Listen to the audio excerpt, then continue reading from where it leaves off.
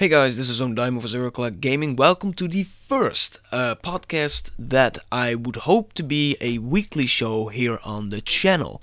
Now I say the first, but it really isn't the first. We have done an episode before this, which it stuck at one. We only did one and we stopped going, so this is going to be a fresh start in that same idea that we once had.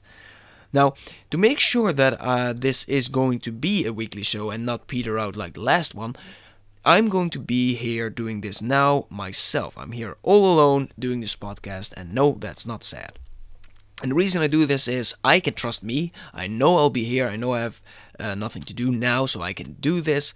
And I will not promise anyone else being on this show because, things can come up. Hell, that even goes for me, actually. But the idea is here that I'm going to be doing this show, and maybe in the future we can have some other guys on the channel joining me actually in it. But yeah, so we're going to try doing like this. It's a weekly show, and what is it going to be about weekly? Well, of course, gaming news. We are a gaming channel. The gaming news is going to be mostly PC related. We are PC gamers. However, there might be now and then some console information might snuck in. Because honestly, for us, sometimes console information is also relevant, as it has impact on us. Seeing as console gaming is at the moment the bigger market, it's the most mainstream. Commercials are being made, and PC gaming, everyone knows it's there, but it's not as much in the picture as the consoles, as the Wii, the Xbox 360, and the PlayStation 3. But, okay, so overall it's going to be mostly PC gaming. Now it's also going to be divided every week in 3 sections. Gaming news, general gaming news, hardware news, and channel news, which of course refers to our channel and what's going on there. So we're going to start out with the gaming news. And the thing that I want to start out with is the thing that caught my eye this week mostly, is Dungeon Defenders. Now, Dungeon Defenders has been out for a little while now. It was released on I don't know, but I have played it quite a long time. I think, so it's been out for a little while, and it has consistently gotten new DLC, some free, some paid for, and it's been very fair in this.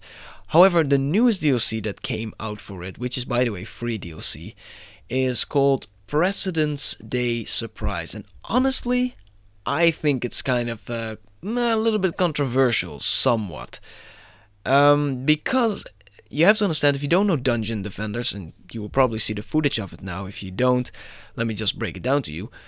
Imagine a style like World of Warcraft, and suddenly and then that world, that fantasy world of, in a World of Warcraft style, bit cartoony, bit over the top, very colorful, suddenly is being invaded by a hit of reality, namely politics. I think it has no place whatsoever in this game.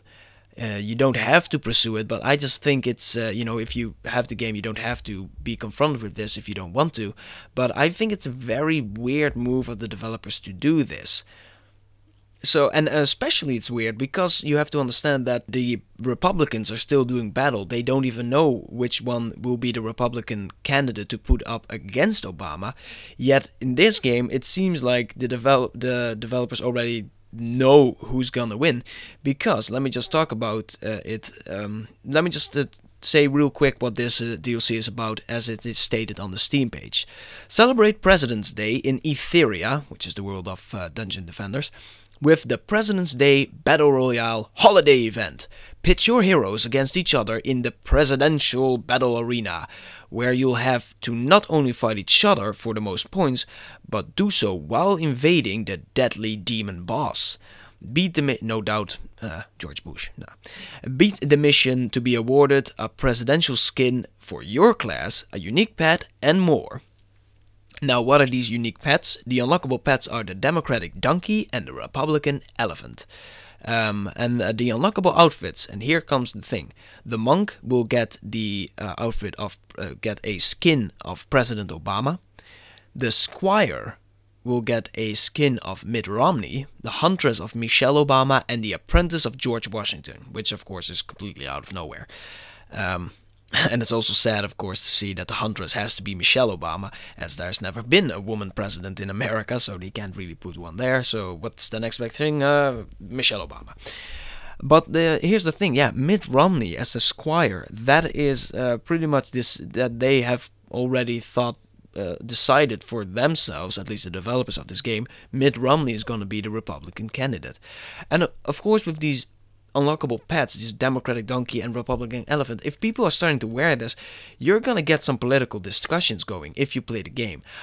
My whole problem with this is that I don't think you should bring politics into a game, and especially not in a game like Dungeon Defenders, which has no connection to the real world whatsoever. I mean, if you put it in anything, I would think, what's that game with the dictator? What's it? Tropico. Like Tropico, put it in there, sure. Put it in, for all I care, some funny DLC, president election related in freaking The Sims. But not in Dungeon Defenders. I think this is just a very strange move of them to do. So yeah, I'm not really happy with this type of DLC. Again, I guess maybe I'm making a bigger problem out of it, but I really do see a problem bringing in politics and the real world into an extremely fantasy game like Dungeon Defenders. Right, on a more positive note, let's move on to the next point. Alan Wake. Alan Wake was a game that, if you guys don't know the history of Alan Wake, which makes some people kind of cringe when they hear the name. Let me just break it down to you real quick. Alan Wake, like Crysis, was going to be one of the games, or the games basically, that brings the gamers to Windows Vista when that was about to come out. But Windows, of course, Microsoft, of course, releases new versions of Windows, and they need to make sure that everyone wants to upgrade. So they show various videos where you can see that it's very easy to transfer photographs to your computer, or really easy to edit them. So they grab a demographic that is busy with that. Then they show how much MSN Messenger is improved and much better on Windows. So they grab a demographic there. And they do everything to appeal to as many people as possible, so their new operating system will sell like hotcakes. Now, for the gamers, that was Alan Wake and Crysis. Crysis, of course, they said that the best graphics that it has was all DirectX 10. At the time, Windows Vista was DirectX 10. And now we know that the graphics were really just artificially like coding limited. It's not really that we were doing DirectX 10 and that those graphics couldn't be done on DirectX 9 just as easy. So that was a bit fake, but it was meant to push Windows Vista, DirectX 10. Here you go. And on the other hand, we have Alan Wake, which had several demos being displayed. For example, there was a demo that showed how Windows Vista, in combination with the new Intel quad-core technology, which was then very new, could work. There was a demo where they showed in Alan Wake some tornado, and it would pick up all these items and cast them around, and this would only be possible in Windows Vista with quad-core technology to it, these type of level of physics. So Alan Wake was meant to be a operating system mover, and the next generation in gaming, and mostly PC gaming. However, at some point, I don't remember when, it kind of dropped off the radar. Alan Wake disappeared, only to emerge relatively recently and suddenly be announced to be exclusive to the 360. This, of course, was an incredibly weird turn of events, and it kind of pissed off a lot of people, rightly so. When asked why there is no PC version of Alan Wake at the time, one of the spokesman for Remedy said that the experience of Alan Wake was best to experience Alan Wake from a couch with a big screen TV. Now, I don't really have to explain why that is an extremely bullshit reason, let alone, and besides the fact it's a bullshit reason, let alone the fact that you can easily hook up your PC to a couch in your living room, to your big screen TV, and sit on the couch using a 360 controller with your PC. That is all very easily possible. But apart from that, of course, it's a stupid argument for various reasons, and I think you guys are probably smart enough for me not to have to explain this. So this was bullshit, everyone knew it, but that was their so-called official reason. Now, however, it seems that the real official reason was Microsoft telling Remedy, who owned Remedy at the time, no, you cannot bring it to the PC. Why did Microsoft say this? Well, Microsoft is in the business of making money, as is everyone. They are paying Remedy, so Remedy kind of has to do what Microsoft says. Remedy was owned by Microsoft at that time. Microsoft has the Xbox 360. It's their platform. Now, on every 360 sold, they actually make a loss. They do not make a profit on selling you the 360. No, they actually are selling the 360 cheaper than it is for them to make it for you. Okay? So, let's just say the 360 is cost you $250, but it cost them $300 to make. So that's a $50 loss on every 360 sold. Let's say that, okay? Where Microsoft makes the money is in game sales. And that is why they don't make money on games sold on Windows. Windows is in that regard an open platform, and that's why it's also very easy and accessible for PC gamers. They do not have to pay a royalty that they would have to do on the consoles. So PC developers, I mean. So Alan Wake was supposed to be a system mover first for the PC, then it came exclusive for the 360 because Microsoft wants to sell that game on the 360 and not and sell as many copies as possible, so they want to give as little alternative as possible, so no PC version. Now Remedy is moving on their own. They have their own power now, and their own decision-making power, and they have now ported it to the PC. And I say ported, which sounds negative, but they really did a great job on it. If you've seen the amount of options they gave in the PC version and how well it runs and how well it looks, they've done a great job on the PC version. And I think they really wanted to bring Alan Wake to the PC in the first place, but just their boss told them no. Now it is on the PC, and apparently it's pretty good. Eversman has bought it already. I haven't because of financial reasons. I want to spend my current amount of money on some other stuff first before on some new games. So I haven't bought it yet. Eversman has, and he really likes it. He says it's a great game, and he has played it quite a bit already.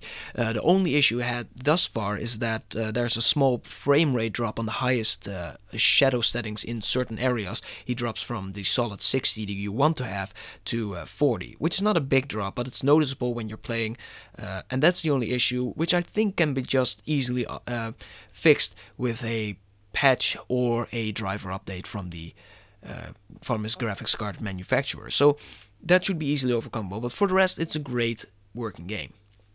Now, why do I bring it up apart from saying that it's great and I want to promote it a little bit?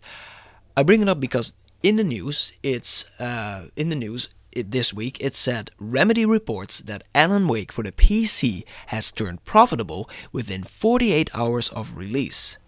Okay, so this means the game was released, and 2 days after release, enough copies have been moved to make the copies sold from that point on into profit. So within 2 days of its release, the game has already got them all the money back that it took them to create the PC version in all its glory that it is today, and from now on it's profit. This is great for them, and it's also great for the image of PC gaming, because people unfortunately still are ignorant and dumb enough to bring up stuff like PC gaming is dying.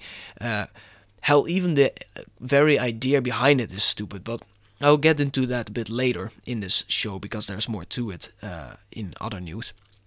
But so it's really great for them. 48 hours, 2 days, and it turned profitable. So hey, it means PC gamers are buying games quite well.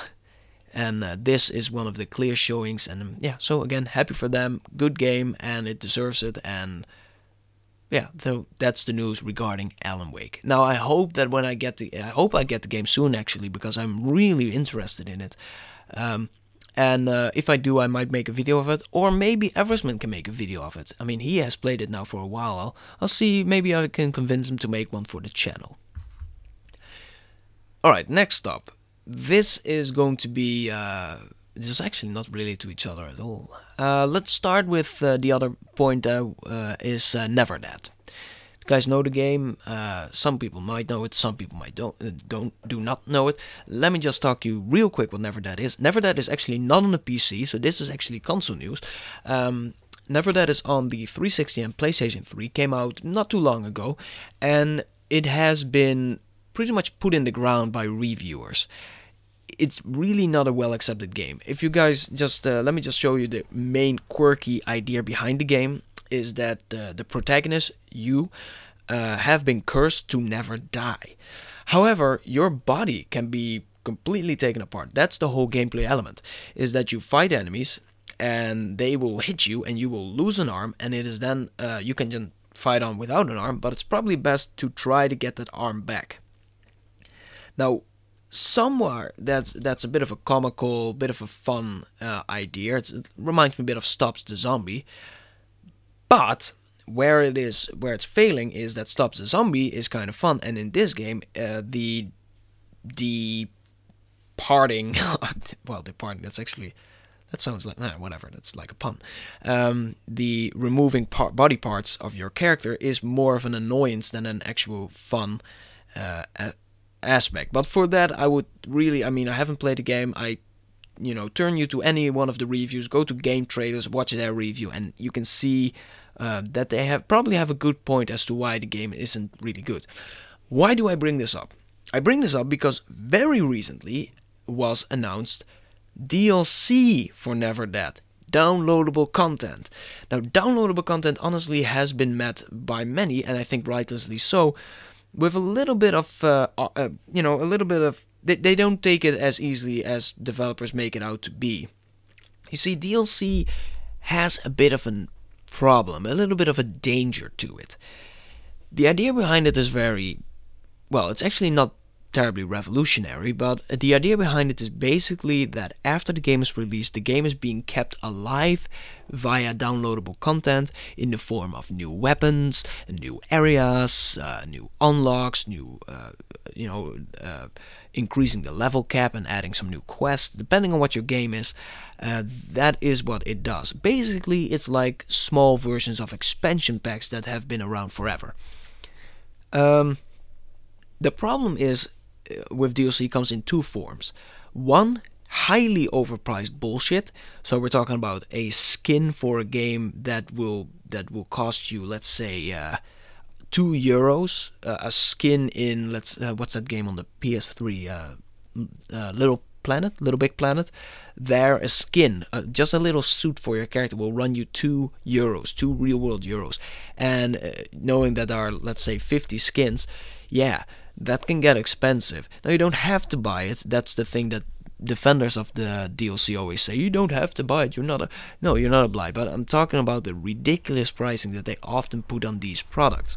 And they do. And that's one of the dangers. The second is, and this is the most dangerous, is that we have no way of seeing how they actually do this DLC. And very often there is on the day of the release of the game DLC. Now people say, yeah, but the game goes gold like months before it is released, so the developers have 2 months at least to make DLC that they can bring out on release.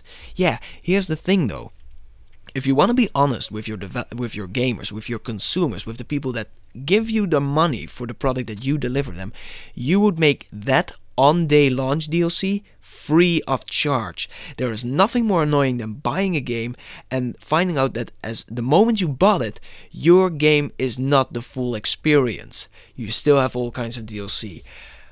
Make that free. If you're a true, if you are, well, it sounds weird when I say it, if you are a good team of developers, if you are honest to your consumers, you would make that DLC on release free. Here's how you do DLC perfectly though. You bring out your game, and for the next 2 months you monitor the forums and check what people say about your game. You fix bugs. You make sure that the game that you have brought out until then, that part of the game, that game you've brought out, is perfect. Let's say it will take you 2 months, alright? If you're a good developer, then you are completely dedicated to this game and you will make it work. You will listen to your consumers. This is something, No, I'll not talk about that now, but DICE. DICE is, wow, they have fallen, okay? They have fallen from grace deep. Nevertheless, so you treat your consumers with respect. You listen to the people who actually play the damn game that you made and listen to their feedback, and you work with that and make the game as good as it should be on release, but you don't know that because of consumer feedback. You make it great in, let's say, 2 months. After those 2 months, and the game is pretty much perfect, you will start asking your consumers, hey, the game has been out for 2 months, many of you have completed it, what would you like to see in DLC form? What is missing? What would you like to see? They will bring out points. You will ask the rest of the community to, vote what things sound the best. And when that is all done, you start making it. Maybe put in some of your own ideas as well, but mostly follow what the consumers are saying that they want, and then you will ask a fair price for it when you bring it out. You bring it out 1 pack, fair price. That's how you do it. That completely follows the idea that your game is being kept alive via DLC, and it gives you happy consumers. It's not what they do in the real world, though. Not at all. They bring out pretty much seemingly what they think is a good idea, not really listening to the consumers and barely actually fixing game 2. Dead Island, for example, has had issues from day one. They got 1-2 patches, but there are still issues, glaring issues to this day, and they are never freaking fixed. And that game was a great success. You would think the developers of that game would be completely occupied with making this successful game as good as it is. And truthfully, you will see this as a success later on. You will see the gamers coming back to you and respecting you and telling others that this is a good game, that is well supported, this is what you need to buy.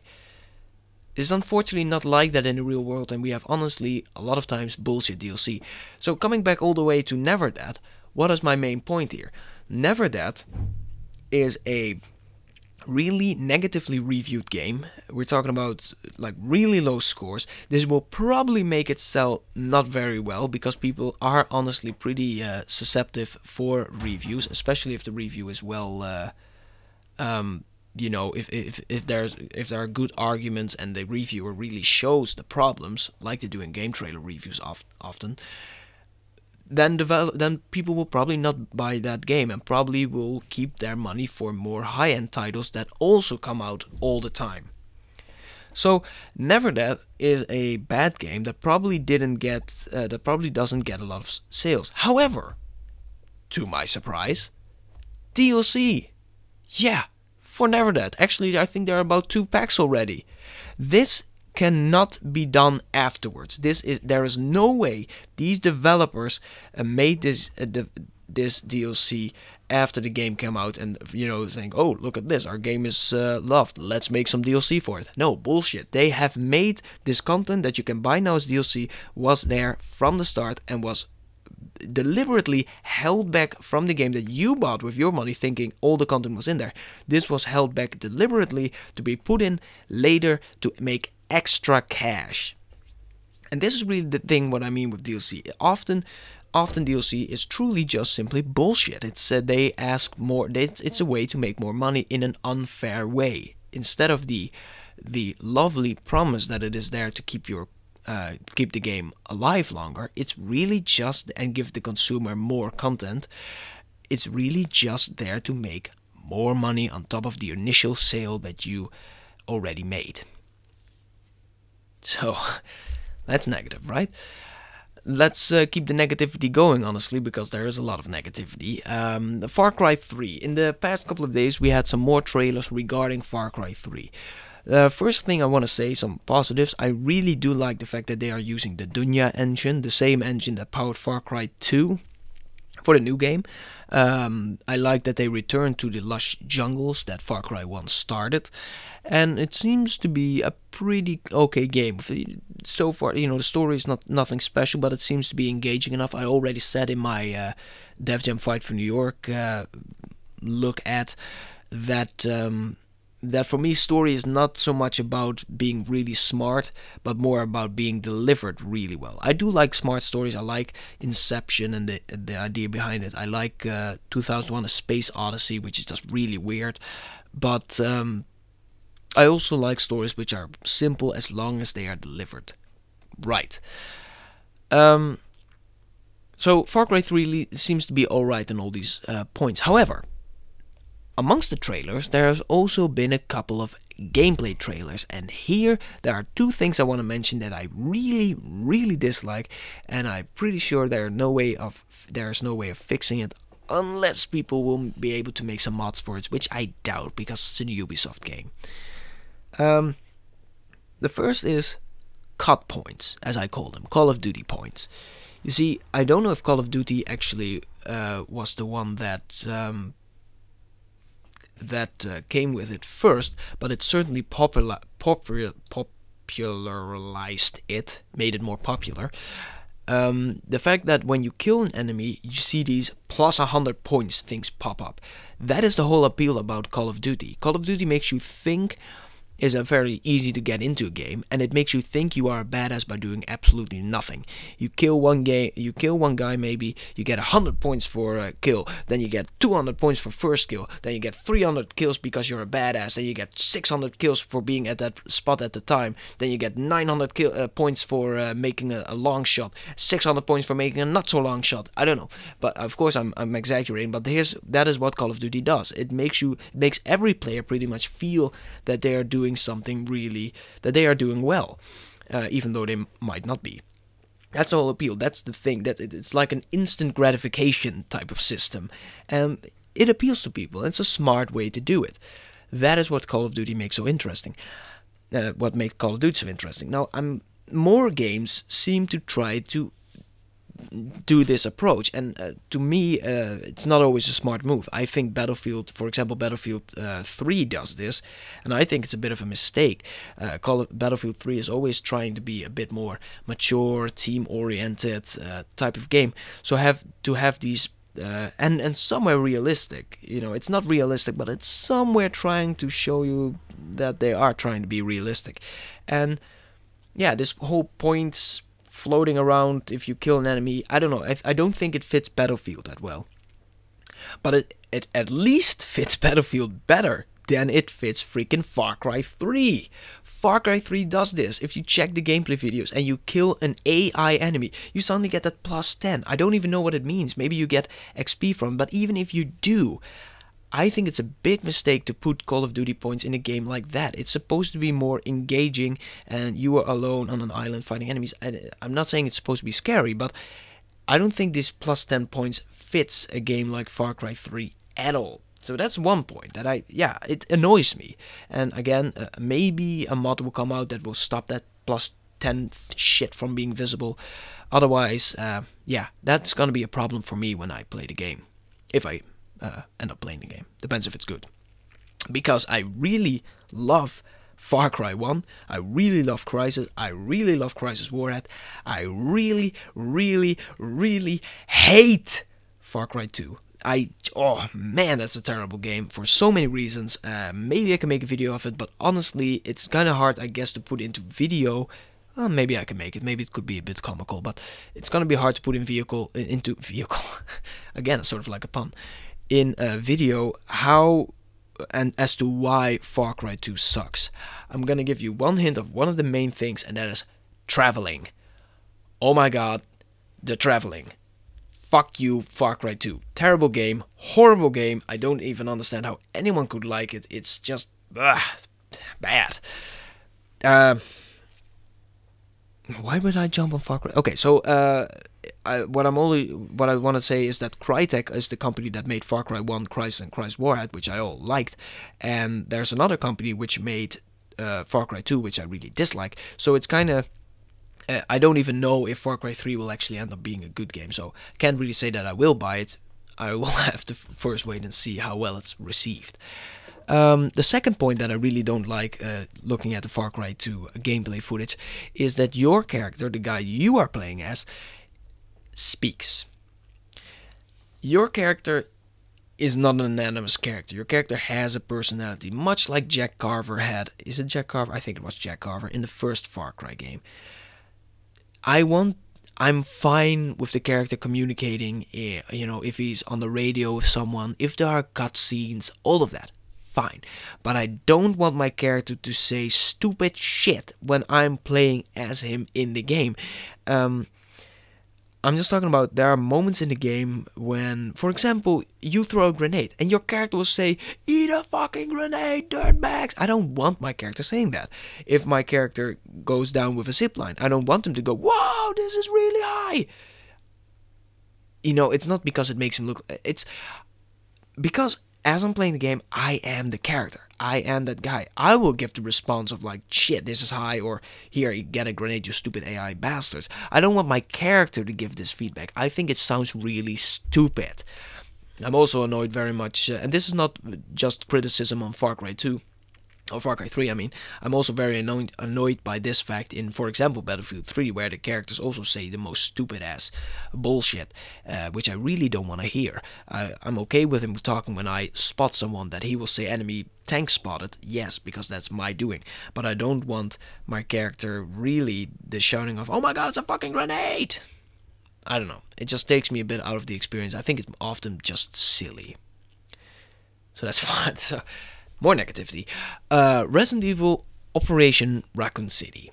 You guys know it, right? It's okay. So first up, let me just mention this real quick. Resident Evil 6 got some new, got some trailers a little while back, and what I'm really sad about with that game is that it seems to continue the route that Resident Evil 5 took and make it even more action-oriented than Resident Evil 5, and I hate it. I really dislike Resident Evil 5. I like Resident Evil 4 for some things, but there are also a lot of things about Resident Evil 4 that I really didn't like. Resident Evil 5 I pretty much hated all the way, and Resident Evil 6, yeah, it seems to continue the trend that Resident Evil 5 pretty much set, to be even more action-oriented. We have action-oriented games like that. Resident Evil was supposed to be a unique survival horror title. That's what you started out with. Why don't you continue this? And don't tell me it's evolution of the series. It's really not. It's just making it more generic and appeal to a wider crowd. And of course they're in the business of making money, but really, by making a game not like it ever was before and completely changing the philosophy, I don't think that's really the right way you want to do it. Here's the thing with what I thought would happen. I thought, when I first saw Operation Raccoon City, that Raccoon City would be, from Resident Evil 5 on in, would be their action-oriented Resident Evil series. It was supposed to be an alternative story, so they could go every which way they want and make it action-oriented. Completely different, separate game experience from the other Resident Evil. So I was hoping Resident Evil 6 was going to go back to its roots and make it once again a bit more survival horror. It won't be, and that, kind of hurts. So that I just wanted to put that out. What I wanted to say now is that Resident Evil Operation Raccoon City will be released on the consoles on March 20th. However, it just came out that on the PC it will come out on May 18th. So that's a good. That's pretty much 2 months after the console release. The PC will see the light.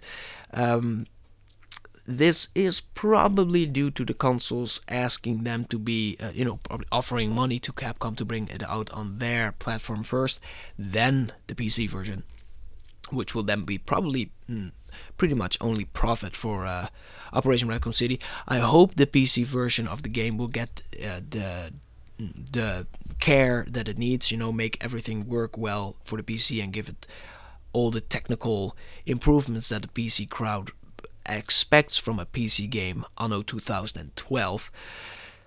But that's always the question. Will it be a good port and more of a remastering on the PC, or will it be a bad, cheap one-on-one port that we sometimes also see? That's just, we have to wait and see. But so the news is May 18th PC release, March 20th console release, so the PC version will come out quite a bit later.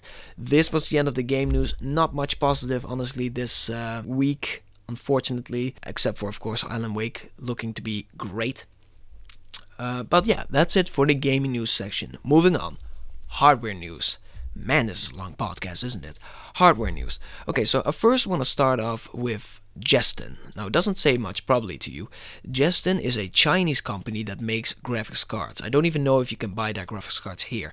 And by that I mean they don't make the graphical chips, but they make their cards based on the actual graphics card developers. So you have AMD making graphics cards, or former ATI, and you have Nvidia making graphics cards, and then there are those that make cards based on those chipsets that Nvidia and AMD developed. So we have MSI, EVGA, we don't have BFG anymore, that's gone. Sapphire, XFX, all kinds of manufacturers that make graphics cards. Now Jestin is one as well, and it makes cards for China. Again, I don't know if you can get those cards here unless you import. Thing is though, here is a picture of it, and I like the look of this card. Only I got this news from techpowerup.com, which I really like for my tech news. You should visit it if you are even half interested. But if I check the comments here, I seem to be alone in the fact that I like the design of this card. I really like the look of it. It's somewhat old school. The red-white color scheme, I like it. I guess it could be the only thing that could improve it for me would be if the fan would be a complete good red, and to me it looks more like orange a little bit. So that would be better if it was red. But for the rest, I do like the shape, everything, the colors. I like this design of the card. Really, it's just a question to you guys.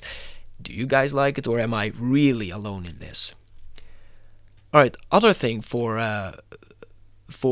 tech news, hardware news, Rocket's new campaign. If you don't know Rocket is a bit like Razer. It's making Razer is a bit more famous, of course. Rocket has gaming mouse. The Rocket Coon is a very famous gaming mouse. Rocket also has a headset, the Cave, which is received with on some points good headset, on other points it seems to be not so good. For example, one of the points where it seems to be not so good is in reliability. So that is what Rocket is, a company that makes several peripherals for PC gaming. However, they have now started a new campaign, and the campaign is "Isn't PC Gaming Dead?", which is then which is accompanied by a small little website that they made. Now, this is not terribly original. Razer did this before and asked that question, and they eventually came out with their gaming laptop, with that very fancy, sort of like Apple-looking gaming laptop that is extremely expensive, but it is a nice bit of hardware. So they tried to first get everyone's attention with that question, and then they go slap you in the face with that laptop. It's a bit of a build up. Now Rocket asked the same: "Isn't PC gaming dead?" Only it's a bit more suggestive. Instead of saying PC gaming is dead, they ask you, "Isn't PC gaming dead? Isn't it supposed to be dead?" And then, well, what is this piece of awesome hardware that we made then? Sort of like that is the idea behind it. Only you can all have your own opinion on it, and actually I would love to hear it, but I kind of think this is not quite the correct response. The correct strategy. Again, coming back to what we started out with, I hate the question, "Is PC gaming dead? Or is it dying?" That's actually the question that everyone asks. Or says, PC gaming is dying. It's... Okay, let me just walk to you real quick. No, actually, let me just sum it up straight for you. PC gaming is changing. Okay? Every fucking thing is changing. Every bit of technology is changing. It always is. It never stops.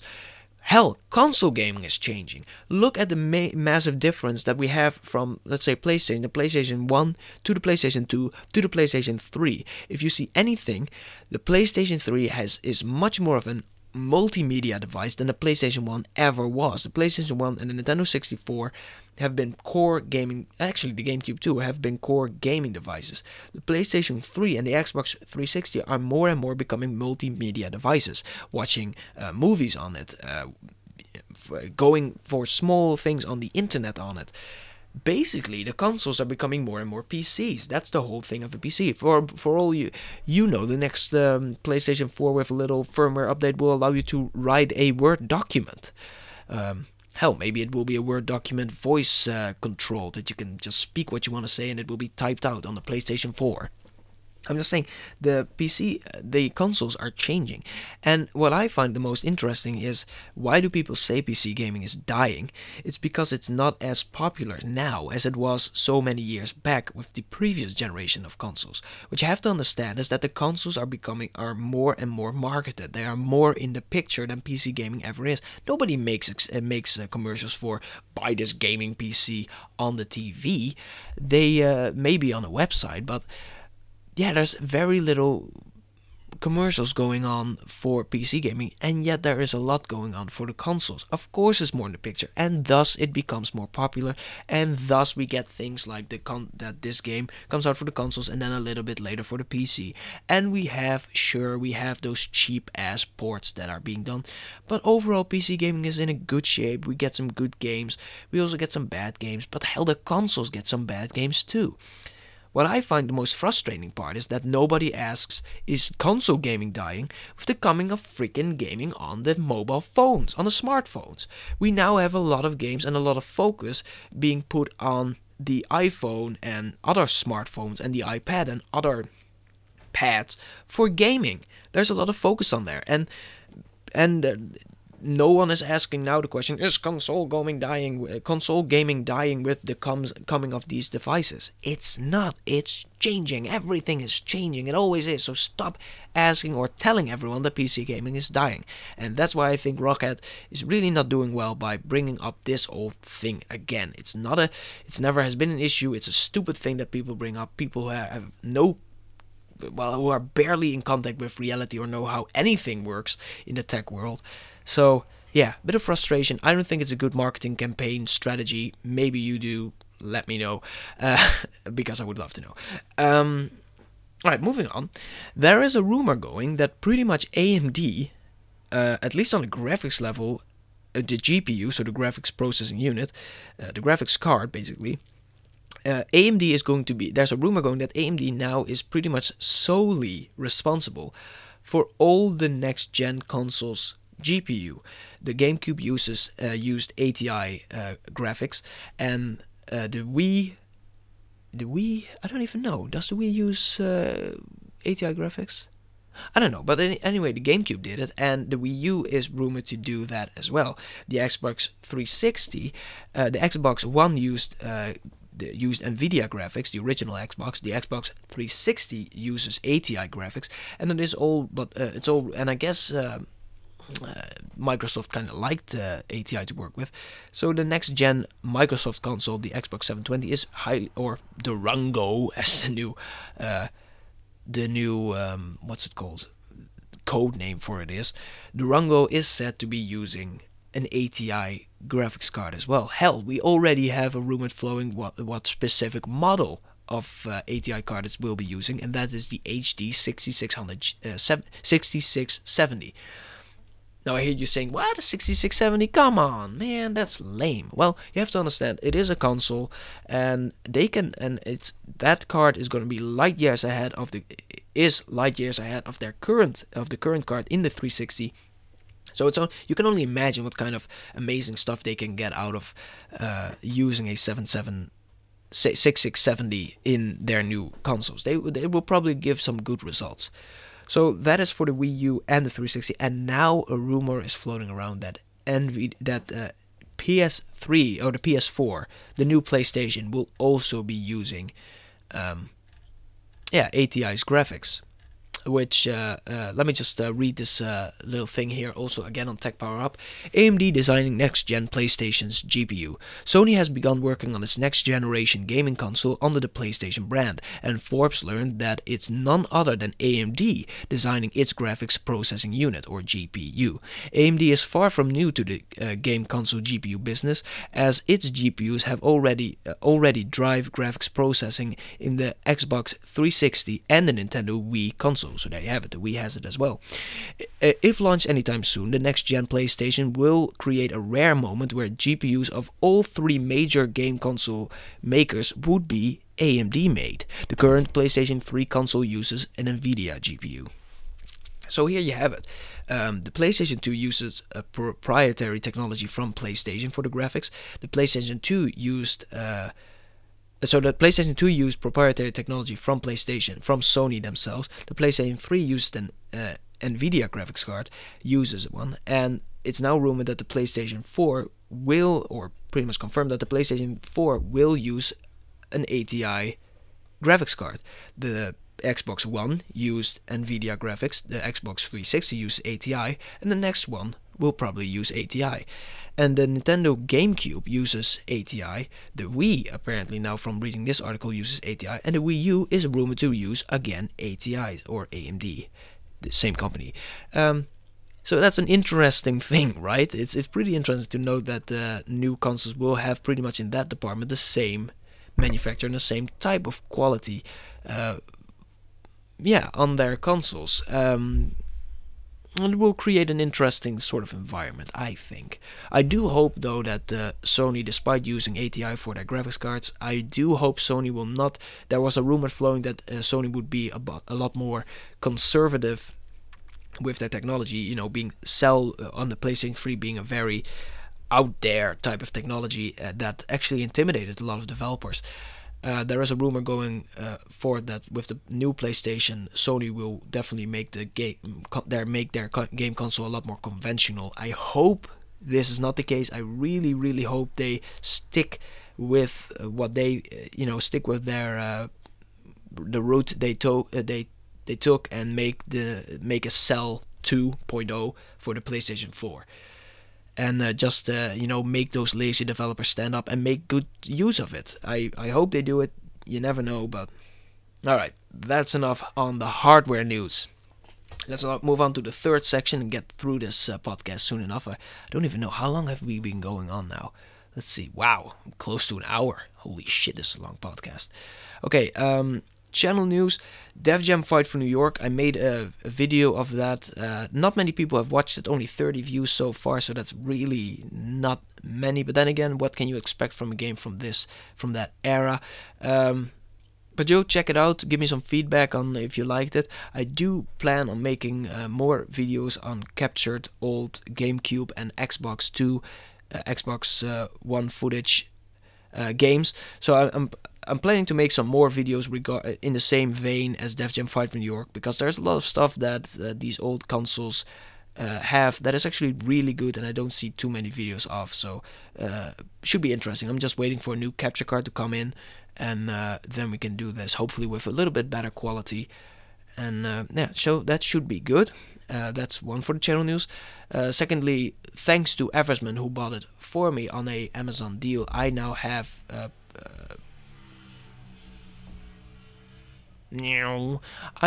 Payday the Heist, which is of course a pretty interesting game. Payday the Heist.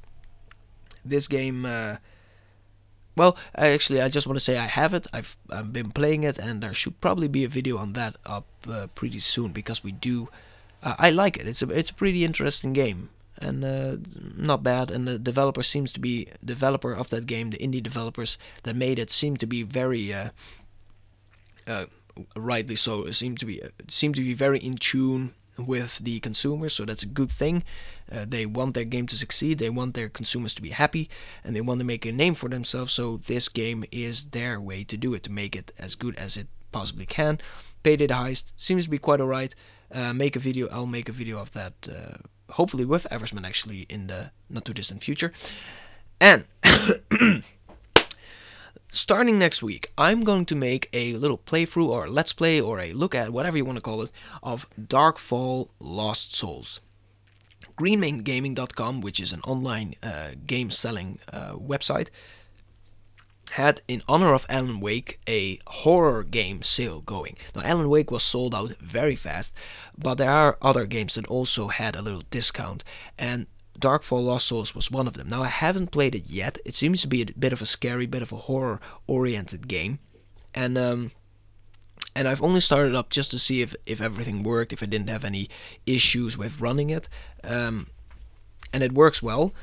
So I have bought Darkfall Lost Souls with a little 30% discount on that website, and should be good. I'm gonna do a little playthrough of it. Again, I only started up just to see if everything worked out, and it worked. And it seems to be a bit of a an adventure type of game, so point and click, which should be interesting. I don't have too much experience with those. I always liked the obvious ones, but again, don't have too much experience with it.